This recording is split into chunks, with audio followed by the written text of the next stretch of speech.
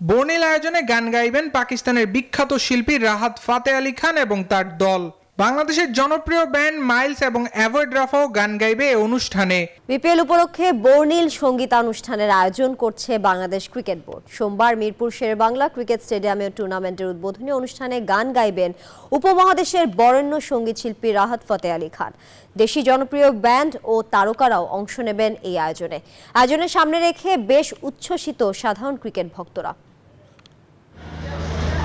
30 December মাঠে গড়াবে দেশের ঘরোয়া ক্রিকেটের সবচেয়ে বড় আয়োজন বিপিএল। টুর্নামেন্ট ঘিরে ব্যস্ত সময় পার করছে বাংলাদেশ ক্রিকেট বোর্ড।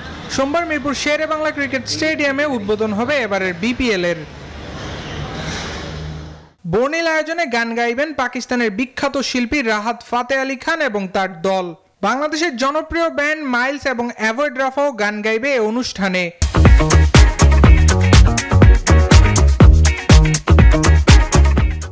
বাংলাদেশের শিল্পীদের মধ্যে মুজা, জেফার রহমান, সঞ্জয় এবং হান্নান থাকবেন অনুষ্ঠানে।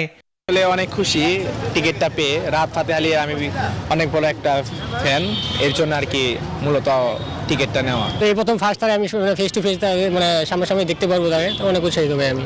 বিপিএল মিউজিক ফেস্টে ঢাকা, চট্টগ্রাম ও সিলেট অনুষ্ঠানের জন্য 4 কোটি টাকা স্পন্সর সত্ত্ব কিনেছে মধুমতি ব্যাংক, যার পুরোটাই যাবে রাহাত ফাতে আলী খানের পেছনে।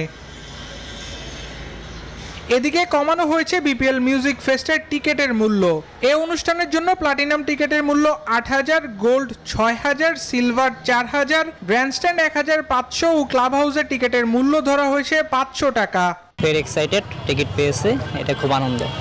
মিরপুরে এই অনুষ্ঠান ঘিরে সতর্ক অবস্থানে আইন শৃঙ্খলা বাহিনী, সেই সঙ্গে জনসাধারণের চলাচলে আরোপ করা হয়েছে বেশ কিছু বিধিনিষেধ।